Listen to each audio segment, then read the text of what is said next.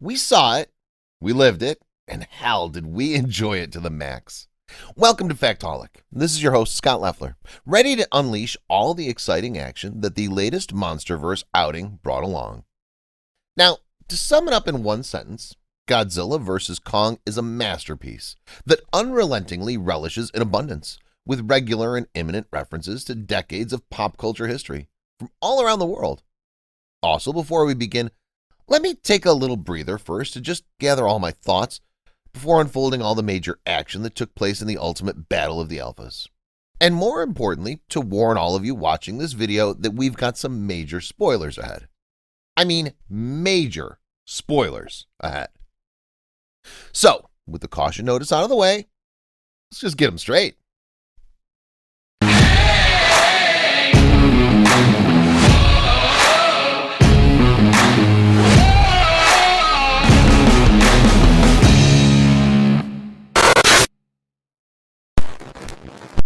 Number 1. Why is Godzilla hurting people? Well, let me break it down to you right away. The reason for that is simply the shady business that Apex Industries has been engaging in. That is the creation of Mechagodzilla, and maybe even the illegal breeding and rearing of skullcrawlers. I'm not really sure about the latter, but Godzilla did foresee the impending doom that Mechagodzilla could cause. And there were likely traces of Ghidorah DNA that's been used to get Mechagodzilla to function. So you see, Apex's shady schemes directly provoked the king of the monsters, after which he naturally started approaching the cities where their bases were situated. Papa Goji then went on a rampage, destroying Apex facilities just to foil the sinister plans that Walter Simmons, head of Apex Industries, and other prominent figures like Ren Serizawa, son of Monarch scientist Ishiro Serizawa, had planned out. So Godzilla is perhaps only hurting the people associated with Apex, and the others who were caught along in the aggression were probably just unlucky. Number 2. Kong's new home? Actually, that's not really it. And by new home, I was referring to that containment zone where Kong was being held at. Yes, you heard that right. After all, he was captured by humans, perhaps Monarch. But why is he in a containment zone? The answer to that is most likely related to the big monkey's alpha status.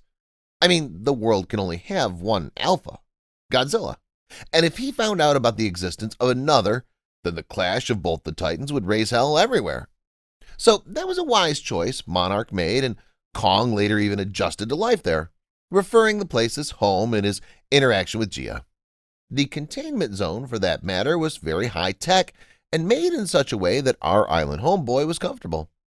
Monarch even went to the extent of creating an artificial sky, which actually looked marvelous. Number 3. Gia, the Kong Whisperer. First, let's talk about Gia. Isn't she just adorable? Gia is a young orphaned Iwi girl with whom Kong has formed a unique and powerful bond. We all pretty much had the idea that they shared a close relationship based on kinship, as both Gia and Kong were orphans. We also knew that Gia was mute, and both communicated with some form of sign language, and as it turns out, it is indeed sign language that humans use in general. So yes, it's confirmed that Kong speaks human now, even though it may be in the form of signs and actions. Number 4. Clash of the Alphas. The battle was fast, no nonsense, and it delivers on the promise of having the best on-screen monster battle in recent years. The only catch here, though, is that we've already seen most of the action in the trailers. But here's the thing. Watching it again on the big screen was definitely a whole different experience. It was like watching a UFC match live on the ringside rather than on your TV. So you probably get the idea of what I'm saying. It was just phenomenal. Right from the aircraft carrier clash to the Tasman Sea to the second bout in Hong Kong, it was a colossal battle of titanic proportions, one that we're going to remember for years. Number 5. Human Heroes. For the tag of human heroes, we have Team Godzilla that tries to uncover the source of Godzilla's rampage. Now, this group is made up by Madison Russell, Josh Valent, and Bernie Hayes. Special emphasis on Bernie, who's a crackpot conspiracy theorist and former Apex employee. Apart from that, we also have Team Kong, represented by a disgraced Monarch scientist, Nathan Lind, Eileen Andrews, a Kong researcher, and most importantly, Gia. These are basically the main human characters who played supportive roles for our Titan heroes and even brought in small touches of humor to make the film feel a little more wholesome. Number 6. Hollow Earth, Kong's real home.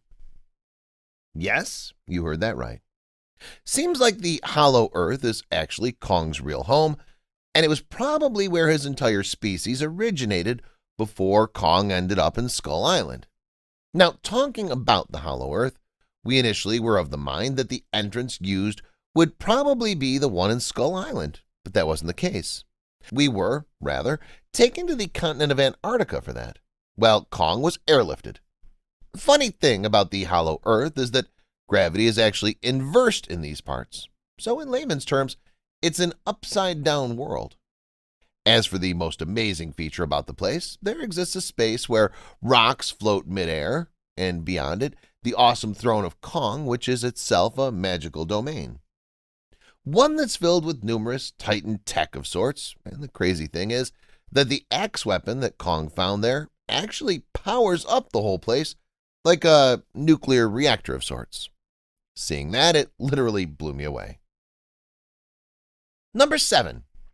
HEAVs. Behold the HEAVs, or should I say the Hollow Earth Aerial Vehicles. These cool crafts seem to come straight out of an alien sci-fi movie rather than a monster one, so it was an awesome inclusion. Having been built by Apex Industries, it was an advanced craft that used electromagnetism to function and could generate enough charge to power even Las Vegas for an entire week. Also, it was thanks to these crafts that humans could sustain the pressure while entering Hollow Earth. So, had it not been for these HEAVs, they'd all be crushed to death. Number 8. All monsters. So, we covered this in our previous video as well, but I'm going to list it again here. The monsters that we saw in this film include the likes of the King of the Monsters, Godzilla, the Ape Titan Kong, Skull Crawlers, including their eggs, Psycho Vultures, the Chew Warbats, Hellhawks, and last but not least, the very overpowered Mechagodzilla. Apart from that, we also did see Ghidorah's skull. So there you go. Those are all the monsters that you'll see. Too bad they didn't even mention once about other remaining Titans. Number 9. Kong's axe weapon. The hype is real. The axe weapon is one formidable tool of destruction, and it's got so much more in it than meets the eye. As I mentioned previously in one of the points, the axe weapon isn't just a weapon, but it actually powers the entire place that looks like a throne of the Kong species. The axe, made from the dorsal plates of a Titan from the Godzilla species, is somewhat like a key or a catalyst that powers up an ancient source of Titan energy, and the technology behind the whole thing is simply out of this world.